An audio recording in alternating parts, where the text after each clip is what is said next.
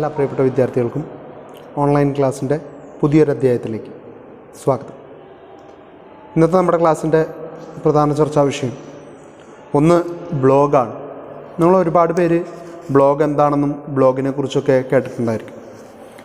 സ്വതവേ ബ്ലോഗ് എഴുതുന്നത് വളരെ ഫെമിലിയർ ആയിട്ടുള്ള വ്യക്തികളായിരിക്കാം. ഒരുപക്ഷെ ചിലർ ബ്ലോഗ് എഴുതി അതിലൂടെ ഫെമിലിയർ ആയിട്ടുള്ള ചില വ്യക്തിത്വങ്ങളുണ്ട്. അപ്പോൾ ഇതിൻ്റെ ഒരു പ്രത്യേകത എന്ന് പറയുന്നത് ബ്ലോഗ് ഇന്നത്തെ കാലഘട്ടത്തിൽ സമൂഹത്തിൽ ഒരു വ്യക്തിക്ക് അയാൾക്ക് പറയാനുള്ള കാര്യങ്ങൾ പറയാനുള്ള ഒരു ഡിജിറ്റൽ പ്ലാറ്റ്ഫോം ഒരുക്കി തരിക. പല രീതിയിൽ ബ്ലോഗ് എഴുതുന്ന ആൾക്കാരുണ്ട്. പേഴ്സണലി ബ്ലോഗ് എഴുതുന്നവരുണ്ട്. പൊളിറ്റിക്കൽ ഐഡിയയെ ബേസ് ചെയ്തുകൊണ്ട് അവരുടെ താല്പര്യത്തെ മുൻനിർത്തിക്കൊണ്ട് ബ്ലോഗ് എഴുതുന്ന വ്യക്തികളുണ്ട്. ഇങ്ങനെ പലതരത്തിൽ ബ്ലോഗ് എഴുതുന്ന ആൾക്കാരുണ്ടെങ്കിലും ചിലപ്പോഴൊക്കെ രാഷ്ട്രീയപരമായിട്ടുള്ള ചില ആളുകളുടെ വീക്ഷണങ്ങളാണ് ബ്ലോഗിനെ പലരെയും പ്രശസ്തരാക്കി മാറ്റും. ഇപ്പോൾ ഒരു ഉദാഹരണം പറയുകയാണെങ്കിൽ മോഹൻലാൽ വളരെ കൃത്യമായിട്ട് ബ്ലോഗ് എഴുതിക്കൊണ്ടിരിക്കുന്ന ഒരു വ്യക്തിയാണ് മോഹൻലാൽ. ഒരു സിനിമ ആർട്ടിസ്റ്റ് എന്ന രീതിയിൽ നിന്നുകൊണ്ട് തന്നെ ബ്ലോഗ് എഴുതുന്നതിലൂടെ അദ്ദേഹത്തിൻ്റെ രാഷ്ട്രീയം പലതവണ ഒളിഞ്ഞും തെളിഞ്ഞുമൊക്കെ വ്യക്തമാക്കിയിട്ടുള്ളൊരു കാര്യമാണ്. മോദി ഗവൺമെൻറ്റിനോട് ഭയങ്കര അനുഭാവം കാണിക്കുന്ന ഒരു നടൻ കൂടിയാണ് മോഹൻലാൽ. എന്തുകൊണ്ട് സുരേഷ് ഗോപിയെ പോലെ മോഹൻലാൽ ആക്റ്റീവായിട്ട് പൊളിറ്റിക്സിലേക്ക് ഇറങ്ങുന്നില്ല എന്ന് ചോദിച്ചാൽ അതിന് മോഹൻലാലിന് അദ്ദേഹത്തിൻ്റേതായിട്ടുള്ള കാരണങ്ങളുണ്ടായിരിക്കും. എന്നിരുന്നാലും ബ്ലോഗ് എഴുതുക എന്ന് പറയുന്നത് ഇന്നൊരു പേഴ്സണൽ ഡയറി എഴുതുന്ന പോലെ അതൊരു ഡിജിറ്റൽ പ്ലാറ്റ്ഫോമിൽ നമുക്ക് ആളുകളുടെ മുൻപിൽ പ്രദർശിപ്പിക്കാനുള്ള ഒരു വേദി കൂടിയാണ്. ഒപ്പം നമ്മളുടെ ആശയ അഭിപ്രായ പ്രകടനങ്ങൾക്ക് ഇൻ്റർനെറ്റ് ഒരുക്കി തരുന്ന ഒരു വെർച്വൽ പ്ലാറ്റ്ഫോമാണ് ബ്ലോഗ് എഴുതുക എന്ന് പറയും, അല്ലെങ്കിൽ ബ്ലോഗ് ചെയ്യുക. വീഡിയോ ബ്ലോഗിംഗ് ഉണ്ട്, അത് നമ്മൾ ഒരുപാട് കാണുന്നതാണ്. പ്രത്യേകിച്ച് ഈ ട്രാവൽ ബ്ലോഗുകൾ, അല്ലെങ്കിൽ കൾച്ചറൽ ഫുഡ് ഹാബിറ്റ്സ്, അല്ലെങ്കിൽ ഏതെങ്കിലും ഒരു നല്ല സ്ഥലത്തെ ഫുഡിനെ പറ്റി, ഇങ്ങനത്തെ ഒരുപാട് ബ്ലോഗുകൾ നമ്മൾ കണ്ടിട്ടുള്ളതാണ്. അപ്പോൾ അതൊരു പുതുമയുള്ള കാര്യമല്ല നമ്മളെ സംബന്ധിച്ച്. ഞാൻ പറഞ്ഞല്ലോ, ഈ ഒരു ഭാഗത്തിൽ നിങ്ങൾ പഠിക്കുന്ന ഒന്നും തന്നെ നിങ്ങൾക്ക് പുതുമയുള്ളതായിരിക്കില്ല.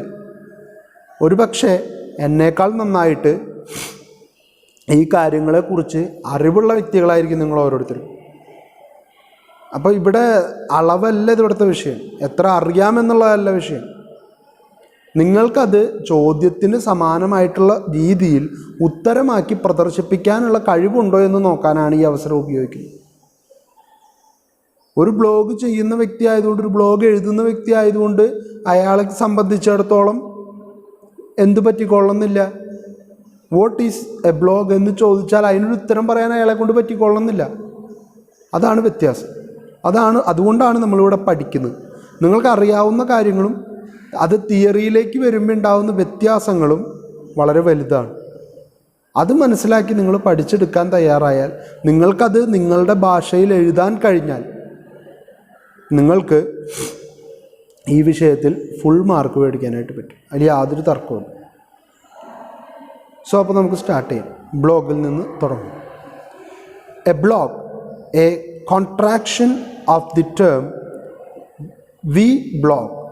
വി ബ്ലോഗ് എന്നതിനെ ചുരുക്കിയിട്ടാണ് ബ്ലോഗ് എന്ന് മാത്രമായിട്ടിപ്പോൾ വിളിക്കുന്നത്. It's a type of website usually maintained by an individual with regular entries of commentary, description of events or other material such as graphics or video. ഒരു വ്യക്തി സ്വന്തമായിട്ട് കൃത്യമായ ഇടവേളകളിൽ ഏതെങ്കിലും തരത്തിലൊരു കമൻട്രി നടത്തുകയോ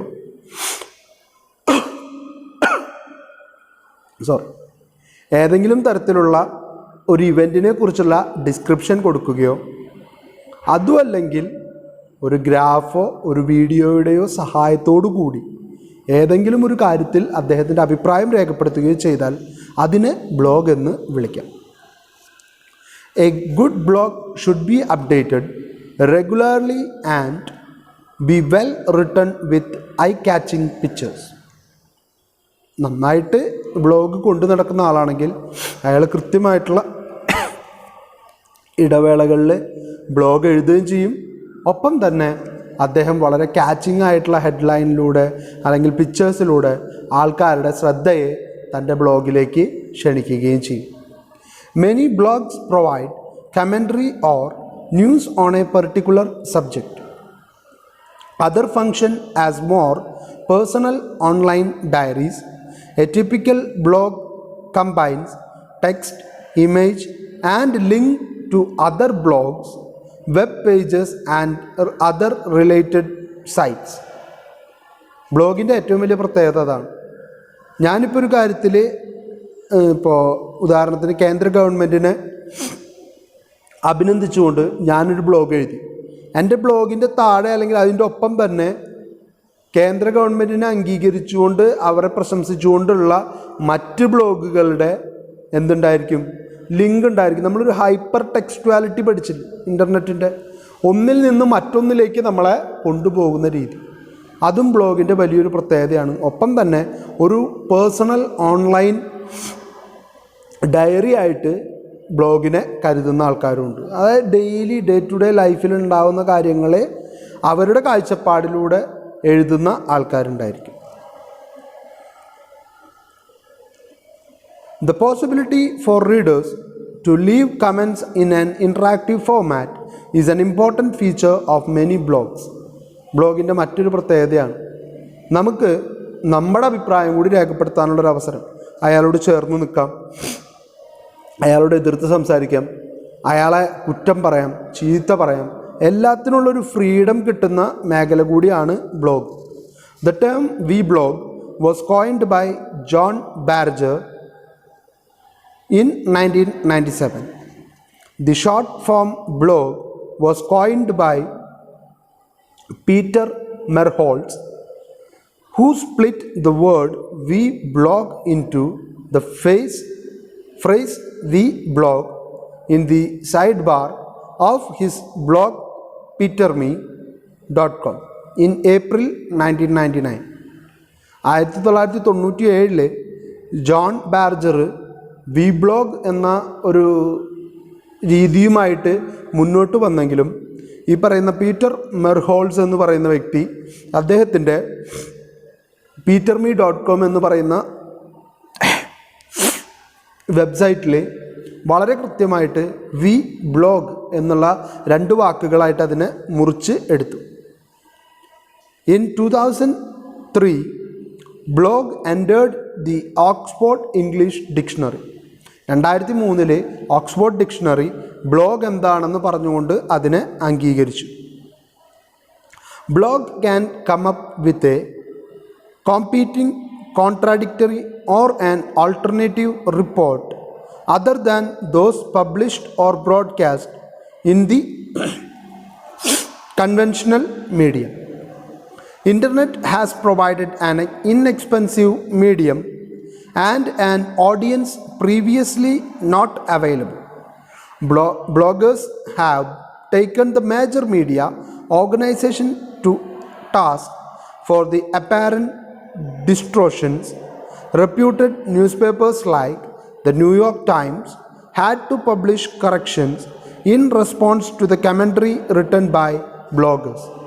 ബ്ലോഗിൻ്റെ ഏറ്റവും വലിയ പ്രത്യേകത എന്ന് പറയുന്നത് പലരും തുറന്നു പറയാൻ മടിക്കുന്ന പല കാര്യങ്ങളിലും അഭിപ്രായം രേഖപ്പെടുത്താനും അത് മറ്റുള്ളവരിലേക്ക് എത്തിക്കാനും ആ ആശയത്തെ സ്പ്രെഡ് ചെയ്യാനുമുള്ള ഒരു പോസിബിലിറ്റി നമ്മുടെ മുൻപിലേക്ക് തുറന്നിടുകയാണ് ബ്ലോഗ് സാധാരണഗതിയിൽ ചെയ്യുന്നത്.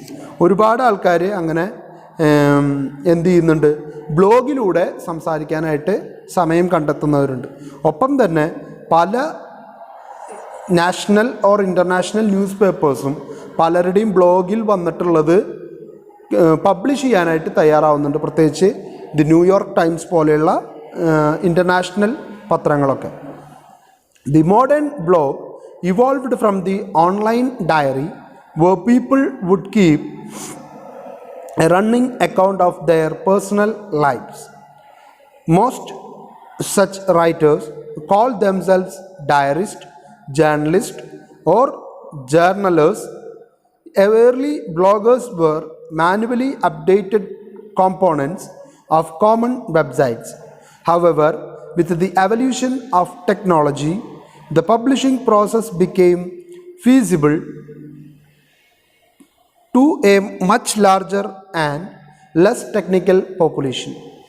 Blogs can be hosted by dedicated blog hosting services, or they can be run using blog software or on regular website hosting services.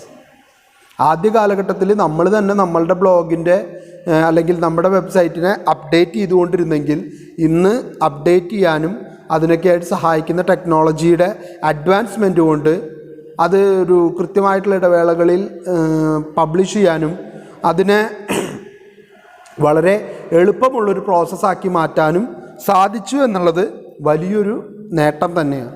ഒപ്പം തന്നെ ഇന്ന് ഒരുപാട് ബ്ലോഗ് സർവീസുകൾ അല്ലെങ്കിൽ ബ്ലോഗ് ഹോസ്റ്റിംഗ് സർവീസുകൾ നമ്മുടെ നാട്ടിൽ അവൈലബിൾ ആയി തുടങ്ങിയപ്പോൾ അപ്ഡേഷനും അതുപോലെ തന്നെ അവരുടെ സോഫ്റ്റ്വെയറുകൾ ഉപയോഗിച്ച് റെഗുലറായിട്ട് ഈ ബ്ലോഗ് കൊണ്ടുപോകാനുള്ള ഒരു സാഹചര്യവും ഒരുക്കി കിട്ടിയിട്ടുണ്ട്. Types of blog. There are many different types of blogs, differing not only in the type of content but also in the way that content is delivered or written. കണ്ടൻറ്റിനെ ബേസ് ചെയ്തുകൊണ്ട് മാത്രമല്ല ഒരു blog വ്യത്യസ്തമാവുന്നു. Blog വ്യത്യസ്തമാവുന്നത് അതിലെ writer ആ കണ്ടൻറ്റിനെ എങ്ങനെ എഴുതിയിരിക്കുന്നു എന്നുള്ളതൊരു വിഷയമാണ്. എനിക്കൊരു കാര്യത്തെ രണ്ട് രീതിയിൽ വിമർശിക്കാം. നല്ല രീതിയിലൂടെ ഒരു റൈറ്റർ എന്നുള്ള അവകാശം ഉപയോഗിച്ചുകൊണ്ട് വിമർശിക്കാം. അതല്ലാതെ എനിക്ക് വിമർശിക്കാനായിട്ട് പറ്റും. എങ്ങനെ? ഒരു റൈറ്ററല്ല, ഞാനതിൽ ഇൻവോൾവ്ഡ് ആയിട്ടുള്ളൊരു പേഴ്സൺ എന്ന രീതിയിൽ എൻ്റെ എക്സ്പീരിയൻസ് ഷെയറിങ് പോലെ എനിക്കതിനെ കാണാനായിട്ടും പറ്റും. അപ്പോൾ എങ്ങനെയാണോ എഴുതുന്നത് എന്നുള്ളതിനെ കൂടി ബേസ് ചെയ്തിട്ടാണ് ബ്ലോഗിനെ തരംതിരിക്കാനായിട്ട് പറ്റുക. ഫസ്റ്റ് വൺ പേഴ്സണൽ ബ്ലോഗാണ്. The personal blog, an ongoing diary or commentary by an individual, is the traditional and the most common blog. Blogs often become more than a way to just communicate. They become a way to reflect on life and issues. Few personal blogs rise to fame and get to the mainstream, and some personal blogs quickly generate an extensive following. പലരുടെയും online ഡയറിയാണ് അവരുടെ personal blog എന്ന് അറിയപ്പെടുന്നത്. എനിക്ക് ഇന്ന് എൻ്റെ ജീവിതത്തിലുണ്ടായ കാര്യങ്ങൾ digital പ്ലാറ്റ്ഫോമിലൂടെ എല്ലാവരോടും തുറന്നു പറയണമെന്നുണ്ട്. എല്ലാവരും ഫോൺ വിളിച്ച് എനിക്ക് കാര്യങ്ങൾ പറയാൻ പറ്റും. അപ്പോൾ ഇന്നുണ്ടായ ഒരു പേഴ്സണൽ എക്സ്പീരിയൻസ് എനിക്ക് ഷെയർ ചെയ്യാനുള്ള ഒരു വേദി അതെല്ലാവർക്കും കാണാനും പറ്റുന്നു. അതിനോട് പലരും ഇൻട്രാക്റ്റ് ചെയ്യുന്നു എന്നുള്ളത് വലിയൊരു ഓപ്പർച്യൂണിറ്റി ആയിട്ട് ഞാൻ കണക്കാക്കുകയാണെങ്കിൽ എനിക്കൊരു പേഴ്സണൽ ബ്ലോഗ് എഴുതുന്നതിൽ വിരോധമില്ല.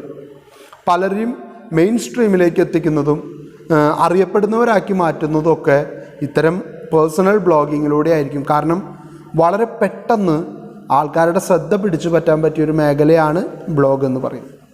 Then corporate blog. Blogs either used internally to enhance the communication in cooperation or extremely for marketing, branding or public relations purpose called corporate blog. ഏതെങ്കിലും ഒരു കമ്പനിയോ ഒരു സ്ഥാപനമോ അവരുടെ നിലനിൽപ്പിന് വേണ്ടി, അവരുടെ വളർച്ചയ്ക്ക് വേണ്ടി, അവരുടെ പരസ്യത്തിന് വേണ്ടി പബ്ലിക് റിലേഷൻ്റെ ഭാഗമായിട്ട് ബ്ലോഗ് ഉപയോഗിക്കുന്നുണ്ടെങ്കിൽ അതിനെയാണ് കോർപ്പറേറ്റ് ബ്ലോഗ് എന്ന് പറയുന്നത്. Media blogs.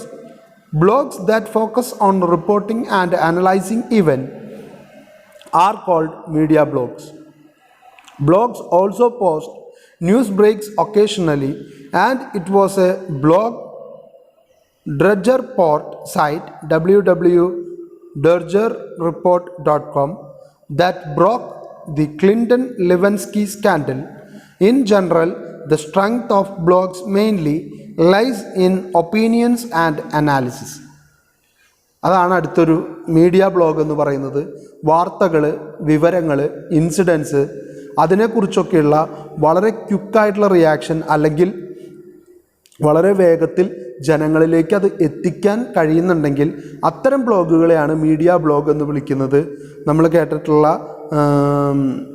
ബിൽ ക്ലിൻ്റനും മോണിക്ക ലെവിൻസ്കിയും തമ്മിലുള്ള അവിഹിത ബന്ധത്തിൻ്റെ കെട്ടഴിച്ചത് ഈ പറയുന്ന ബ്ലോഗുകളാണ്. അപ്പോൾ ഈ ബ്ലോഗുകൾ തള്ളിക്കളയേണ്ട ഒന്നല്ല. അത് വെറുതെ ഒരാളുടെ മനസുഖത്തിന് വേണ്ടി എഴുതുന്നത് മാത്രമല്ല. മീഡിയ ബ്ലോഗുകളുണ്ട്. മീഡിയ ബ്ലോഗുകളിലൂടെ ജനങ്ങളുമായിട്ട് സംവദിക്കാനും ജനങ്ങളിലേക്ക് വിവരങ്ങൾ എത്തിക്കണമെന്ന് ആഗ്രഹിക്കുന്ന ഒരുപാട് ആൾക്കാരുണ്ട്. Political blogs. Blogging can sometimes have unforeseen consequences in politically sensitive areas. Blogs are much harder to control than broadcast or even print media. Print മീഡിയയും ബ്രോഡ്കാസ്റ്റ് മീഡിയയും തടഞ്ഞു വയ്ക്കുന്ന, കാണിക്കാതിരിക്കുന്ന വാർത്തകളും വിവരങ്ങളും വലിയ പ്രശ്നങ്ങൾക്ക് കാരണമായി തീരാൻ സാധ്യതയുള്ള ഇൻസിഡൻസ് പോലും ഷെയർ ചെയ്യാൻ ധൈര്യം കാണിക്കുന്നവരാണ് ആരെ? ബ്ലോഗേഴ്സ് എന്ന് പറയും. അതുകൊണ്ടാണ് പൊളിറ്റിക്കൽ ബ്ലോഗിന് ഇത്രമേൽ പ്രാധാന്യം വരുന്നത്. As a result, totalitarian and authoritarian regimes often seeks to suppress blogs and to punish those who maintain them. അതുകൊണ്ട് തന്നെ ഒരു അതോറിറ്റേറ്റീവ് ആയിട്ടുള്ള ഒരു രാജ്യത്ത് ആ അതോറിറ്റി എപ്പോഴും ശ്രദ്ധിക്കുന്ന ഒരു കാര്യം ഇത്തരത്തിലുള്ള ബ്ലോഗുകളെ തടഞ്ഞു നിർത്താനോ അല്ലെങ്കിൽ ഇവരുടെ പ്രവർത്തനങ്ങളെ ആരാണോ ഏകോപിപ്പിക്കുന്നത് അവരെ പണിഷ് ചെയ്യാനുള്ള നടപടികളാണ് കൂടുതലായിട്ടും ശ്രമിക്കുക. The US led occupation of Iraq, so bloggers taking measured and passionate point of view that went beyond the traditional left-right divide of the political spectrum. ഇറാഖിനെ അമേരിക്ക ആക്രമിച്ച ആ ഒരു കാലഘട്ടത്തിൽ പോലും ഇത്തരത്തിലൊരു പൊളിറ്റിക്കൽ ബ്ലോഗിംഗ് വളരെ കാര്യക്ഷമമായിട്ട് നടക്കുകയും ഒരുപാട് ആളുകൾ അത് ഏറ്റെടുത്ത് അത് തങ്ങളുടെ കൂടി ചിന്തയായിട്ട് കണക്ട് ചെയ്യാൻ തയ്യാറായിട്ടുള്ള ഒരു കാലഘട്ടം കൂടി ഉണ്ടായിരുന്നു. Other blogs. Some blogs focus on a particular subject such as travel blogs, house blogs, fashion blog, project blog, education blog, classical music blog, quizzing blogs and legal blogs or dream blogs. Blog can reach people with news and views.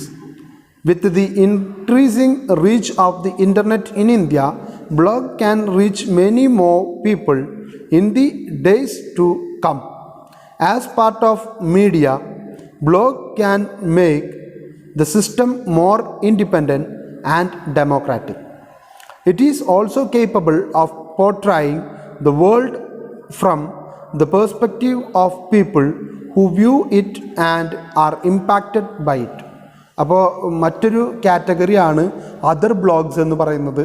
Other ബ്ലോഗ്സിൽ മെയിനായിട്ടും വരുന്ന ഘടകങ്ങൾ fashion related ആയിട്ടുള്ള അല്ലെങ്കിൽ travel and tourism പോലെയുള്ള മേഖലകൾക്ക് സഹായകരമാവുന്ന, അതും അല്ലെങ്കിൽ ഞാൻ പറഞ്ഞല്ലോ ഫുഡീസ്, അതല്ലെങ്കിൽ ഇപ്പോൾ ഹൗസ് ബിൽഡിംഗ് അല്ലെങ്കിൽ എഡ്യൂക്കേഷൻ റിലേറ്റഡ് ആയിട്ടുള്ള ഇങ്ങനെ ഒരുപാട് ബ്ലോഗുകളുണ്ട്. അതിനൊക്കെ ഒരൊറ്റ സിംഗിൾ കാറ്റഗറി ആയിട്ട് അതർ കാറ്റഗറി എന്നാണ് വിളിക്കുന്നത്. ഇന്ന് ബ്ലോഗിങ്ങിൻ്റെ ഉപയോഗം വളരെ കാര്യക്ഷമമായിക്കൊണ്ടിരിക്കുന്ന അല്ലെങ്കിൽ വളരെ കൂടുതലായിക്കൊണ്ടിരിക്കുന്ന ഒരു കാലഘട്ടത്തിലാണ് നമ്മൾ ജീവിക്കുന്നത്. അതിൻ്റെ കാരണം എന്താ വെച്ച് കഴിഞ്ഞാൽ ഇൻ്റർനെറ്റ് ഇന്ത്യയിൽ എല്ലാ സ്ഥലത്തും അവൈലബിൾ ആകുന്ന അല്ലെങ്കിൽ എല്ലായിടത്തേക്കും എത്തിച്ചേരാവുന്ന ഒന്നായിട്ട് വളർന്നു കഴിഞ്ഞിട്ടുണ്ട്.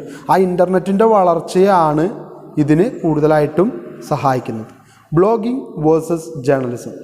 ബ്ലോഗിങ്ങും ജേർണലിസവും തമ്മിലുള്ള വ്യത്യാസം എന്താണെന്ന് നോക്കാം. Blogging is clearly journalism as a practiced in the mainstream if measured by the standard enumerated by Bill Kovacs and Tom Rosenstiel in their work The Elements of Journalism. Journalism's first obligation to the truth. സത്യം കണ്ടെത്തുക എന്നുള്ളതാണ് ജേർണലിസത്തെ സംബന്ധിച്ചിടത്തോളം ആദ്യത്തെ ധർമ്മം, first one. It's first loyalty is to citizen. ജേർണലിസത്തെ സംബന്ധിച്ചിടത്തോളം സിറ്റിസണോടാണ് അവർക്ക് ആത്മാർത്ഥത വേണ്ടത്, അല്ലാതെ അവരുടെ പത്രസ്ഥാപനത്തോടോ അവരുടെ മാനേജ്മെൻറ്റിനോടോ അല്ല. It's essence is A discipline of verification. Journalism എന്ന സബ്ജക്റ്റ് കൃത്യതയ്ക്ക് വേണ്ടി അതിൻ്റെ സുതാര്യതയ്ക്ക് വേണ്ടി ഏറ്റവും കൂടുതൽ ശ്രമിക്കേണ്ട ഒരു മേഖലയാണ്. വെരിഫൈ ചെയ്യണം, ശരിയാണെന്ന് ഉറപ്പുവരുത്തണം. It's practitioners must maintain independence from those they cover. മറ്റുള്ളവരിൽ നിന്ന് പൂർണ്ണമായിട്ടുള്ള ഇൻഡിപെൻഡൻസ് ആണ് ഒരു ജേർണലിസ്റ്റ് ആദ്യം നേടിയെടുക്കേണ്ടത്. കാരണം അവരെക്കുറിച്ച് ചെയ്യേണ്ടി വരുമ്പോൾ ഇവരുടെ കൈ വിറയ്ക്കരുത്. സ്വന്തം മാനേജ്മെൻറ്റിനെതിരെ എഴുതേണ്ടി വന്നാൽ അത് സധൈര്യം ജനങ്ങളുടെ മുൻപിൽ അവതരിപ്പിക്കാനുള്ള കഴിവ് ജേർണലിസ്റ്റിന് ആദ്യം കിട്ടണം. It must serve an independent monitor of power. അധികാരത്തിലിരിക്കുന്നവന് വളരെ സ്വതന്ത്രമായിട്ട് വീക്ഷിക്കാനും അതിനെ കൃത്യമായിട്ട് ജനങ്ങളുടെ മുൻപിൽ പ്രതിഫലിപ്പിക്കാൻ കഴിയുന്ന ഒരു മോണിറ്ററായിട്ട് മാറാൻ ജേർണലിസ്റ്റിന് സാധിക്കണം. It must provide A forum for public criticism and compromise. ജനങ്ങൾക്ക് സംവദിക്കാനും ജനങ്ങൾക്ക് ആശയവിരുദ്ധമായിട്ടുള്ള എന്തെങ്കിലും അല്ലെങ്കിൽ അവർക്ക് താല്പര്യമില്ലാത്ത വിമർശനാത്മകമായിട്ടുള്ള എന്തെങ്കിലും ഉണ്ടായിക്കഴിഞ്ഞാൽ അതിനെ വിമർശിക്കാനും അതിനെതിരെ പ്രതികരിക്കാനുമുള്ള ഒരു സ്പേസ് ജനങ്ങൾക്ക് കൊടുക്കാൻ മാധ്യമങ്ങൾ തയ്യാറാവണം. It must keep the news comprehensive and proportional. കൃത്യമായിട്ട് എല്ലാ ഭാഗവും എല്ലാത്തിൽ നിന്നുമുള്ള വാർത്തകൾ ജനങ്ങളിലേക്ക് എത്തുന്നു എന്ന് ഉറപ്പുവരുത്തേണ്ടതും ഇവരുടെ ആവശ്യമാണ്. Its practitioners must be allowed to exercise their personal conscience. നിങ്ങളുടെ വ്യക്തിപരമായിട്ടുള്ള ലാഭത്തിന് വേണ്ടിയിട്ട് മാത്രമല്ല, മറിച്ച് നമ്മളെപ്പോഴും ഒരു എന്താ പറയുക, നമ്മളുടെ വ്യക്തി ചിന്തയ്ക്ക് നിരക്കാത്ത ഒന്നും തന്നെ എഴുതാതിരിക്കാനായിട്ട് പ്രത്യേകം ശ്രദ്ധിക്കുക. അത് ആർക്ക് വേണ്ടിയിട്ടായാലും. But all blogs cannot be considered works of journalism. The majority of the blogs are musings on the bloggers' personal lives. There are different opinions about considering blogging as an activity of journalism. എന്നാൽ പല ആൾക്കാരും പറയുന്നത് blogging എന്ന് പറയുന്നതും ജേർണലിസത്തിൻ്റെ മറ്റൊരു വകഭേദം ആയിട്ട് തന്നെയാണ് കണക്കാക്കുന്നത്. Some are the opinion that the absence of editorial filtering before posting of content makes blogs unfit to qualify as journalism. Besides, bloggers are not professional journalists and lack the training to produce original reporting. ഇവിടുത്തെ ഏറ്റവും വലിയ പ്രശ്നം എന്ന് പറയുന്നത് ബ്ലോഗും ഒരു തരത്തിൽ പറഞ്ഞാൽ ജേർണലിസത്തിൻ്റെ മറ്റൊരു വകഭേദമാണെങ്കിൽ പോലും ജേർണലിസ്റ്റുകൾ പ്രൊഫഷണലി ട്രെയിൻഡാണ്. അവർക്ക് കൃത്യമായിട്ട് എന്ത് കൊടുക്കണം, ഏത് വാർത്തയാക്കണം, അതെന്തുകൊണ്ട് വാർത്തയാകുന്നു എന്നുള്ള കാര്യങ്ങളെക്കുറിച്ച് ധാരണയുണ്ട്. പക്ഷെ ഒരു ബ്ലോഗറെ സംബന്ധിച്ചിടത്തോളം അയാൾ അങ്ങനെ വെൽ എഡ്യൂക്കേറ്റഡ് ആയിരിക്കില്ല. അയാൾ ഒരു പക്ഷേ ജേർണലിസത്തിൻ്റെ ബേസിക്സ് പോലും അറിയാത്ത വ്യക്തിയായിരിക്കും. അപ്പോൾ അയാളുടെ റിപ്പോർട്ടിംഗ് രീതിക്ക് വ്യത്യാസം ഉണ്ടായിരിക്കും. അയാൾ കണ്ടെത്തുന്ന ന്യൂസിൻ്റെ വാല്യൂവിൽ ചിലപ്പോൾ വ്യത്യാസം ഉണ്ടായിരിക്കും. അതൊക്കെ ഒരു വലിയ പ്രശ്നമാണ് എന്നാണ് ചില ആൾക്കാർ വിമർശിക്കുന്നത്. The opposite view is that this filtering process kills much that is spontaneous and valuable in the content. Bloggers on certain occasion can present readers or users with stories that professional cannot. എന്നാൽ മറിച്ചൊരു അഭിപ്രായമുള്ളത് ബ്ലോഗേഴ്സിനെ സംബന്ധിച്ചിടത്തോളം അവർ വളരെ spontaneous ആയിട്ട് നാച്ചുറലായിട്ട് react ചെയ്യുന്ന ആൾക്കാരാണ്. അവർ പഠിച്ചിട്ടോ എഴുതിയിട്ടോ അറിഞ്ഞിട്ടോ ഒന്നും ചെയ്യുന്നതല്ല. അവർക്ക് കഴിയാവുന്ന അവരുടെ സ്വന്തസിദ്ധമായിട്ടുള്ള സ്റ്റൈലിലൂടെ ഒരു കാര്യത്തെ പ്രസൻറ്റ് ചെയ്യാൻ ശ്രമിച്ച ആൾക്കാരായിരിക്കും.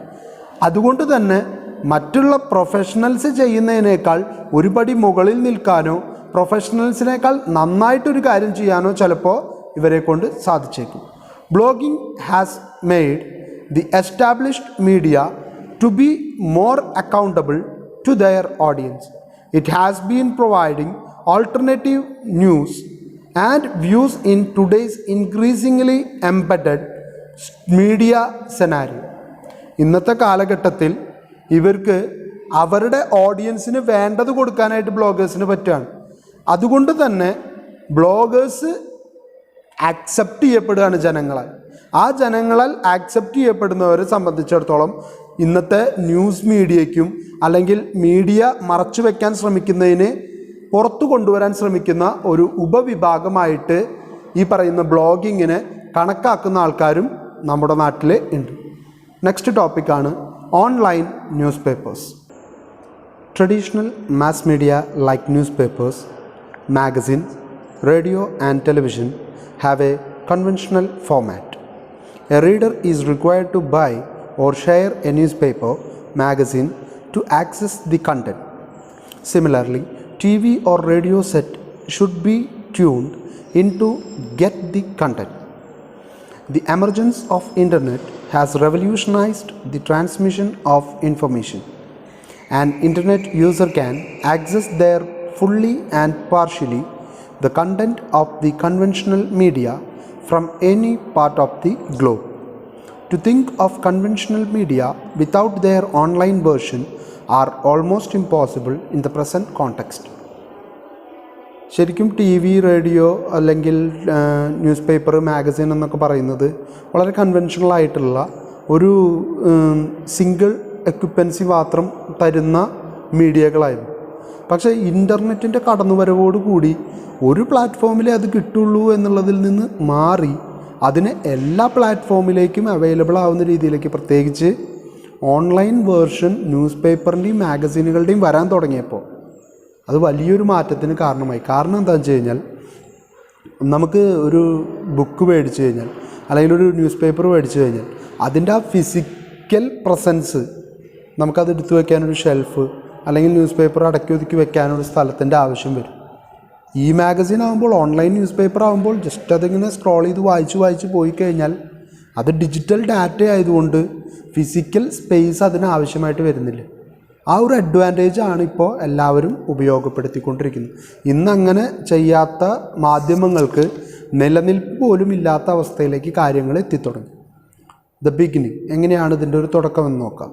Online journalism entered India in the mid of 1990s.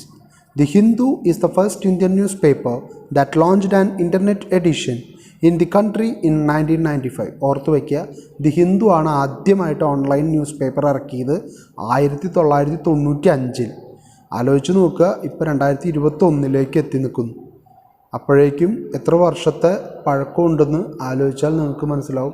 ഏകദേശം 26 വർഷം മുൻപേ ഈ ടെക്നോളജി ഇവർ ഉപയോഗിക്കാൻ തുടങ്ങി. According to a study in 1998, there are at least 48 newspapers in India that had their own internet edition. ഇന്ത്യയിലുള്ള 48ഓളം ന്യൂസ് പേപ്പറുകളുടെ ഓൺലൈൻ എഡിഷൻ അവർ ഇറക്കാൻ തുടങ്ങിയിട്ടുണ്ടായിരുന്നു.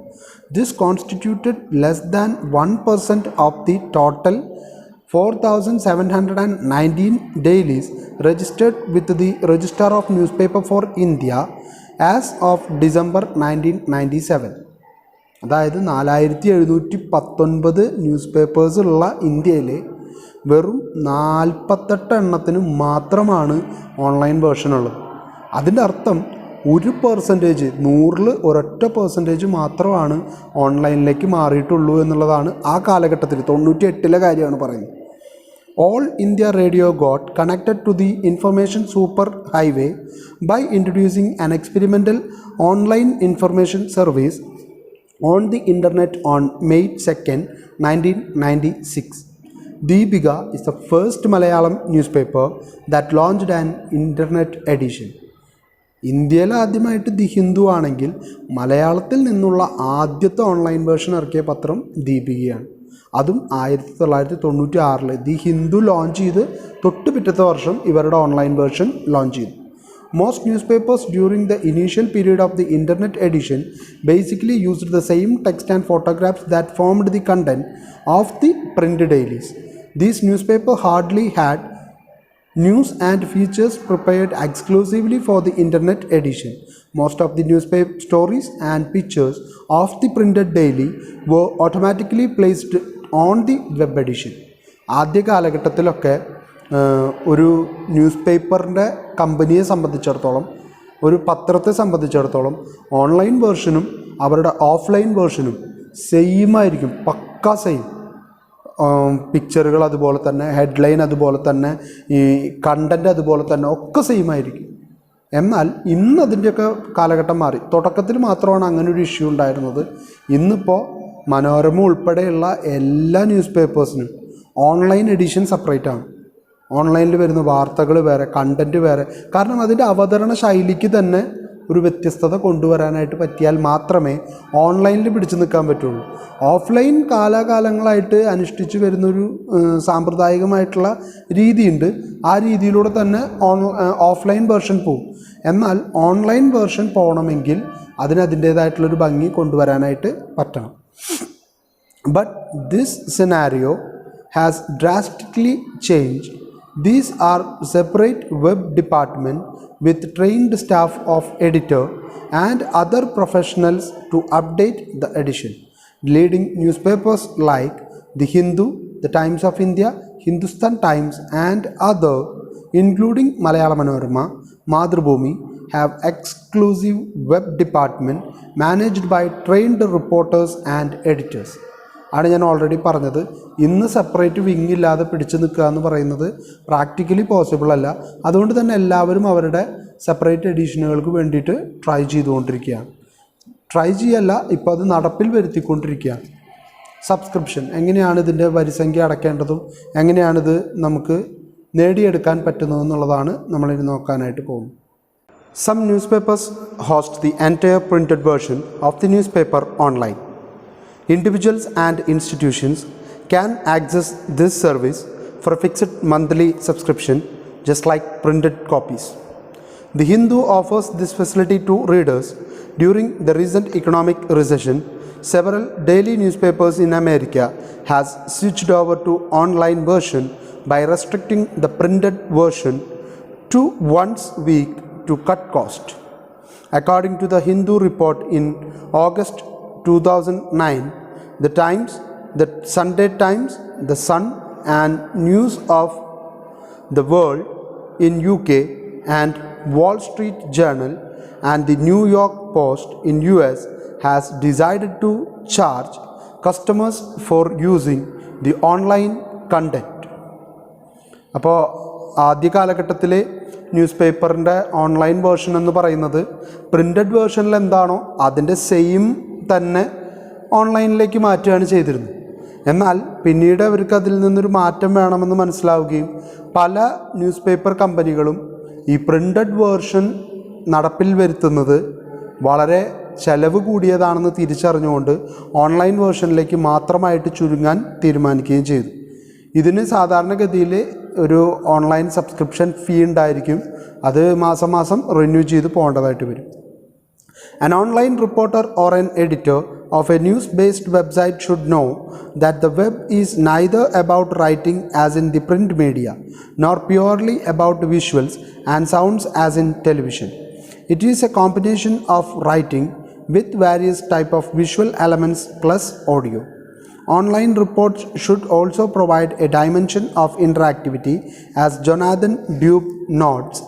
Online journalists must think on multiple levels at once: words, ideas, story structure, design, interactivity, audio, video, photos and news judgment. TV is about showing news. Print is more about telling and explaining. Online is about showing, telling, demonstrating and interacting.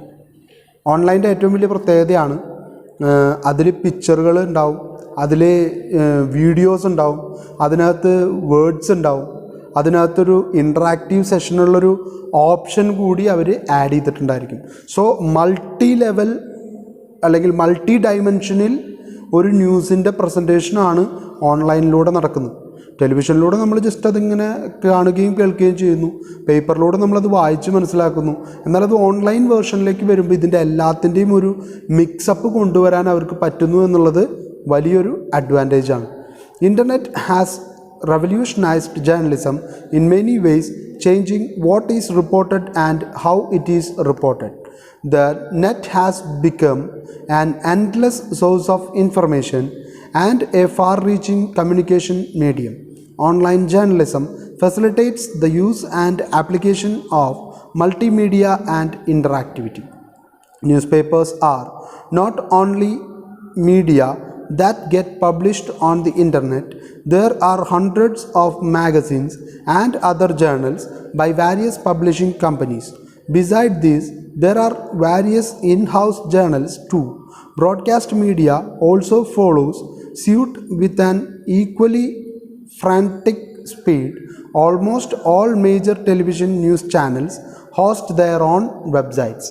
അപ്പോൾ ഏറ്റവും വലിയ പ്രത്യേകത എന്ന് പറയുന്നത് ഓൺലൈനിലൂടെ ഇതിൻ്റെ ഒരു reach എന്ന് പറയുന്നത് വളരെ വലുതാവാൻ തുടങ്ങി. അതുകൊണ്ട് തന്നെ എല്ലാ ചാനലുകളും ഇന്ന് അവരുടെ ഓൺലൈൻ വെബ്സൈറ്റ്, അവരുടേത് മാത്രമായിട്ടുള്ള സെപ്പറേറ്റ് വെബ്സൈറ്റുകൾ തുടങ്ങാനും എല്ലാ ന്യൂസ് പേപ്പേഴ്സും അവരുടെ ഓൺലൈൻ ന്യൂസ് പേപ്പറുകൾ സെപ്പറേറ്റ്, ഇപ്പോൾ പ്രിൻ്റ് ചെയ്യുന്ന പേപ്പറിൻ്റെ അതേ വേർഷനല്ല, അതല്ലാതെ ഓൺലൈനിന് വേണ്ടി ഒരു സെപ്പറേറ്റ് വിങ് ക്രിയേറ്റ് ചെയ്ത് അതിൽ നിന്ന് ഒരു ഓൺലൈൻ വേർഷൻ ഇറക്കാൻ എല്ലാവരും തയ്യാറാവുന്ന ഒരു കാലഘട്ടമാണ്. Some positive effect of change. ഇങ്ങനൊരു ചേഞ്ച് വന്നുകൊണ്ടുണ്ടായ ചില പോസിറ്റീവായിട്ടുള്ള മാറ്റങ്ങൾ എന്തൊക്കെയാണെന്ന് നോക്കാം. ഇൻ്ററാക്ടിവിറ്റി, അത് തന്നെയാണ് ഏറ്റവും പ്രധാനപ്പെട്ട കാര്യം. ജനങ്ങൾക്ക് കൂടി പ്രതികരിക്കാനും അപ്പം തന്നെ ലൈവായിട്ട് അതിനോടൊരു അഭിപ്രായം രേഖപ്പെടുത്താനുള്ള സ്വാതന്ത്ര്യം കിട്ടുന്നത് ഈ ഓൺലൈൻ വന്നതോടു കൂടിയിട്ടാണ്.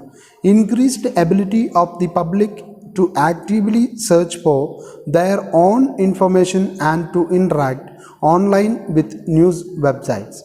Second one, public access. Increased public access to different forms and types of media, access to a greater diversity of content. ഒരുപാട് പേർക്ക് ഇൻ്റർനെറ്റ് ആക്സസ് ചെയ്യാനും അത് പല രീതിയിലൂടെ ആക്സസ് ചെയ്യാനും കഴിഞ്ഞതോടുകൂടി കിട്ടുന്ന കണ്ടൻറ്റ് വളരെ വലുതാവുകയും ചെയ്തു. പല തരത്തിലുള്ള കണ്ടൻറ്റ് നമുക്ക് അവൈലബിൾ ആവാനും തുടങ്ങി. Reduced gatekeeping. Powers of major news organization, less power to set the news agenda or manipulate the public's understanding of events. അതായത് ഗേറ്റ് കീപ്പിംഗ് എന്ന് വെച്ചാൽ എഡിറ്റിങ്ങിനെയാണ് ഗേറ്റ് കീപ്പിംഗ് എന്ന് വിളിക്കുന്നത്. എന്തൊക്കെ വാർത്ത വരണം, വരാൻ പാടില്ല, അതെങ്ങനെ വരണമെന്ന് തീരുമാനിക്കുന്ന ആളാണ് എഡിറ്റർ. എഡിറ്ററെയാണ് ഗേറ്റ് കീപ്പർ എന്ന് വിളിക്കുന്നത്. ഇവിടെ ഗേറ്റ് കീപ്പിങ്ങിൻ്റെ അളവ് കുറയാനായിട്ട് തുടങ്ങി. കാരണം ഓൺലൈനാണ്, വളരെ ഫാസ്റ്റായിട്ടുള്ള അപ്ഡേഷൻ വേണം. ആ അപ്ഡേഷൻ വരുമ്പോൾ ഒരാൾക്ക് വേണ്ടിയിട്ട് അല്ലെങ്കിൽ ഒരു മാനേജ്മെൻറ്റിന് വേണ്ടിയിട്ട് ഓർഗനൈസേഷന് അതിനെ മാനിപ്പുലേറ്റ് ചെയ്തെടുക്കാൻ പറ്റില്ല, ചമച്ചെടുക്കാനായിട്ട് പറ്റില്ല. എന്താണോ റിയാലിറ്റി ആ റിയാലിറ്റി തന്നെ കൊടുക്കേണ്ടതായിട്ട് വരും. കൊടുത്തില്ലെങ്കിൽ മറ്റ് ഓർഗനൈസേഷൻസ് അത് ഓട്ടോമാറ്റിക്കലി അവർ ക്രിയേറ്റ് ചെയ്ത ആ ഒരു കവറിനെ പൊളിച്ച് കളഞ്ഞ് സത്യത്തിൻ്റെ മുഖം കാണിക്കാനായിട്ട് തയ്യാറാവും. അപ്പോൾ അത് ഇവരുടെ സ്ഥാപനത്തിന് ചീത്തപ്പേരുണ്ടാവാൻ കാരണമായി തീരും. New and powerful story telling method through multimedia technology. പുതിയ രീതിയിലുള്ള എല്ലാ സാങ്കേതിക വിദ്യയുടെയും സഹായം, ടെക്സ്റ്റ്, വീഡിയോ, ഓഡിയോ, വിഷ്വൽസ്, കൂടുതൽ ക്ലാരിറ്റിയുള്ള പിക്ചേഴ്സ്, ഒരുപാട് പിക്ചേഴ്സ് ആഡ് ചെയ്യുക. കാരണം പ്രിൻ്റ് മീഡിയ ആകുമ്പോൾ ഒരു പിക്ചറിൽ ആ സ്പേസിനെ നിലനിർത്തിക്കൊണ്ടുള്ള പിക്ചേഴ്സ് ആഡ് ചെയ്യാൻ പറ്റുള്ളൂ. ഇവിടെ മൾട്ടിമീഡിയ ആയതുകൊണ്ടും ഇൻ്റർനെറ്റ് ആയതുകൊണ്ടും എത്ര വേണമെങ്കിലും ഡിജിറ്റൽ ഫോർമാറ്റിൽ പിക്ചറുകൾ ആഡ് ചെയ്യാൻ പറ്റും. Then convergence. In news main more resources to probe issues. Convergence എന്ന് പറഞ്ഞാൽ ഒന്നിൽ കൂടുതൽ ആശയങ്ങൾ ഉൾക്കൊള്ളാൻ സാധിക്കും. ഇപ്പോൾ ഒരു മൊബൈലൊരു കൺവേർജൻറ്റ് മീഡിയമാണ്. ഫോൺ ചെയ്യാൻ പറ്റും, മെസ്സേജ് അയക്കാൻ പറ്റും, വാട്സപ്പ് ഉപയോഗിക്കാൻ പറ്റും, അല്ലെങ്കിൽ ഇൻ്റർനെറ്റ് ഉപയോഗിക്കാൻ പറ്റും, പാട്ട് കേൾക്കാൻ പറ്റും. അങ്ങനെ തുടങ്ങി ഒരുപാട് ഉപയോഗങ്ങൾക്ക് ഉപയോഗിക്കുന്ന ഒരു ഉപകരണം, അതിനെയാണ് കൺവേർജൻസ് എന്ന് പറയുന്നത്. ആ കൺവേർജൻസ് വന്നതോടുകൂടി ഒരുപാട് പേർക്ക് ന്യൂസ് പല രീതിയിൽ ആക്സസ് ചെയ്യാനുള്ള സാഹചര്യം ഒരുങ്ങി വന്നു. ഇതൊക്കെ നല്ല വശങ്ങളാണെന്ന് പറയുമ്പോഴും നമുക്കറിയാം ഏതൊരു കാര്യത്തിനും ചില ദോഷവശങ്ങളുണ്ടാവും. ഇതിനെന്തൊക്കെയാണ് നെഗറ്റീവ് ഉള്ളതെന്ന് നോക്കാം. Rice in journalism of assertion, unsubstantiated opinion and rumor which harm journalistic credibility, lack of restraint among online writers. അതൊരു വലിയ പോരായ്മയാണ്. ജേർണലിസം പഠിച്ച് ജേർണലിസ്റ്റായിട്ട് മാറിയൊരു വ്യക്തി അയാൾ പേപ്പറിന് വേണ്ടിയിട്ട് എഴുതുമ്പോൾ അയാൾ അതിൻ്റെ സത്യസന്ധത എത്രത്തോളം ഉണ്ടാവും വാർത്തയുടെ എന്നുള്ളത് കൃത്യമായിട്ട് അളന്ന് നോക്കും. അതേസമയം ഇത്തരത്തിലൊരു ഓൺലൈൻ വേർഷൻ കൂടിക്കൂടി വരുന്നൊരു കാലഘട്ടമാണെങ്കിൽ അവിടെ ജേർണലിസം എന്ന ക്വാളിറ്റി കുറയാനായിട്ട് തുടങ്ങും. എല്ലാവരും എഴുതുകയാണ്, അപ്പോൾ വളരെ ഫാസ്റ്റായിട്ട് ചെയ്തുകൊണ്ടിരിക്കുകയാണ്. അപ്പോൾ സത്യം അന്വേഷിക്കാനും അതിൻ്റെ ക്ലാരിറ്റി വരുത്താനൊന്നും ചിലപ്പോൾ അവർ നിന്നു വരില്ല. അതൊരു വലിയ പോരായ്മയാണ്. കാരണം ജേർണലിസം പ്രൊഫഷന് തന്നെ അതൊരു മോശം പേരുണ്ടാവാനായിട്ട് കാരണമായി തീരും. Pressure to lower ethical standards and sensationalise stories. അവിടെ ഭയങ്കരമായിട്ട് പ്രഷർ വരും. കാരണം ചില എത്തിക്കൽ സ്റ്റാൻഡേർഡ്സിൽ നമ്മൾ താഴോട്ട് പോകേണ്ടി വരും. എത്തിക്സ് എന്ന് വെച്ചാൽ എന്താ? ധാർമ്മികത. ചെയ്യേണ്ടത് എന്ത്, ചെയ്യേണ്ടാത്തത് എന്ത് എന്ന് തീരുമാനിക്കാനുള്ള അറിവിനെ, വിവേകത്തിനെയാണ് എത്തിക്സ് എന്ന് വിളിക്കേണ്ടത്, ധാർമ്മികത എന്ന് വിളിക്കേണ്ടത്. പക്ഷേ ഇവിടെ എന്ത് ചെയ്തിട്ടും റേറ്റിംഗ് കൂട്ടാനായിട്ട് ശ്രമിക്കുമ്പോൾ ചില ലോവർ എത്തിക്സിലേക്ക് നമ്മൾ താഴാനായിട്ട് സാധ്യതയുണ്ട്. ഒപ്പം തന്നെ സ്റ്റോറീസിനെ സെൻസേഷണലൈസ് ചെയ്യാനായിട്ട് സാധ്യതയുണ്ട്. ഇല്ലാത്തതിനെ ഊതിപ്പെരുപ്പിച്ച് വലിയ വിപ്ലവകരമായിട്ടുള്ള അല്ലെങ്കിൽ വിവാദപരമാക്കി മാറ്റുന്ന ഒരു രീതി സംഭവിക്കും. Public complaints about how A media violate privacy, അതും വലിയൊരു പ്രശ്നമാണ്. നമ്മളുടെ സ്വാതന്ത്ര്യത്തിലേക്കുള്ള, സ്വകാര്യതയിലേക്കുള്ള കടന്നുകയറ്റമാണ് മീഡിയയുടെ. നമ്മൾ നമ്മുടെ വീട്ടിൽ ഒതുക്കി നിർത്താൻ വിചാരിച്ചൊരു വിഷയത്തെ മീഡിയ അവരുടെ എക്സ്പോഷർ കൊണ്ടുവന്നിട്ട് നമ്മളിൽ നിന്ന് പിടിച്ചെടുത്ത് ലോകത്തിന് മുൻപിൽ അവതരിപ്പിക്കുന്ന ഒരവസ്ഥ ഉണ്ടാകുന്നു. Confusion about who is A journalist when anyone can publish, അതൊരു പ്രശ്നമാണ്. നേരത്തെ പറഞ്ഞത് തന്നെയാണ്, ജേർണലിസം പ്രൊഫഷൻ്റെ ക്വാളിറ്റി നഷ്ടപ്പെടുന്നു എന്ന് പറഞ്ഞ പോലെ തന്നെ ആരാണ് ജേർണലിസ്റ്റ്, ആരൊക്കെയാണ് എഴുതുന്നത്, ആർക്കൊക്കെ എഴുതാൻ പാടുള്ളത്, ആരെഴുതുന്നതാണ് വാർത്ത, ഇതറിയാത്തൊരു പ്രശ്നം സംഭവിക്കും.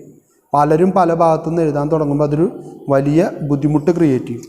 കൺഫ്യൂഷൻ അബൌട്ട്, അത് പറഞ്ഞു. Ethical dilemma regarding news values, worthiness and credibility, പറഞ്ഞ പോയിന്റ് തന്നെയാണ്, സെപ്പറേറ്റ് ഒരു പോയിൻ്റായിട്ട് പറഞ്ഞിരിക്കുന്നു എന്ന് മാത്രം. ന്യൂസിൻ്റെ സത്യസന്ധത, അതിൻ്റെ വിശ്വാസ്യത എന്നിവയൊക്കെ ചോദ്യം ചെയ്യപ്പെടാനുള്ള സാധ്യത വളരെ കൂടുതലാണ്. കാരണം എല്ലാവരും എല്ലാ ഭാഗത്തുനിന്നും ജേർണലിസ്റ്റായിട്ട് മാറുകയാണ്. ആരാണ് പെർഫെക്റ്റ് ജേർണലിസ്റ്റ് എന്ന് നമുക്ക് അനലൈസ് ചെയ്യാൻ പറ്റാത്തൊരവസ്ഥയിലേക്ക് കാര്യങ്ങൾ പോയി ചെന്നെത്താനുള്ള സാധ്യത കൂടുതലാണ്. അപ്പോൾ ഇത്രയും കാര്യങ്ങളാണ് ഇന്നത്തെ ക്ലാസ്സിലുള്ളത്. ഇത് നന്നായിട്ട് പഠിക്കുക. വളരെ ഈസി ആയിട്ടുള്ളൊരു ടോപ്പിക്, വളരെ സിമ്പിളായിട്ടുള്ളൊരു ടോപ്പിക്. പക്ഷേ അത്യാവശ്യം കാര്യങ്ങൾ പോയിൻ്റ് വൈസ് പോയിൻ്റായിട്ട് നിങ്ങൾ പഠിച്ചു വെക്കാനായിട്ട് ശ്രദ്ധിക്കുക.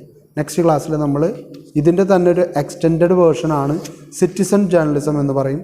അതാണ് നമ്മൾ നെക്സ്റ്റ് ക്ലാസ്സിൽ ചർച്ച ചെയ്യാനായിട്ട് പോകുന്നത്.